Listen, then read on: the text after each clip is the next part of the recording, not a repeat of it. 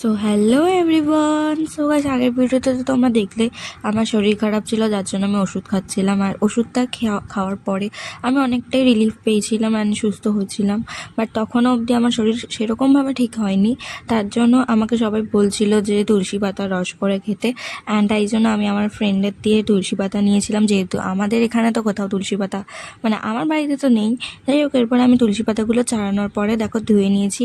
আর দেখো, আমি first time শিলনোড়ায় শিলনোড়ায় আমি কিছু বাটছি, কারণ এর আগে আমি কোনো দিনও বাটিনি।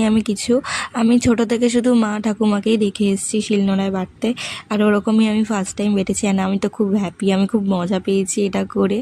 যাই হোক, এটা করার পরে দেখতেই পাচ্ছ কত স্মুথভাবে একদম এটার পেস্টটা বেরিয়ে এসছে, যেটা কি আমার তো মনে হয় যে মিক্সিতেও হয়তো এতটাই হয় না। আমি অল্প করে তুলসী পাতা বেটেছিলাম, কিন্তু এতটা হয়ে গেছে, জানি না কিভাবে খাবো। তো তোমাদের সাথে দেখার জন্য নেক্সট ভিডিওটা আজকের জন্য টাটা।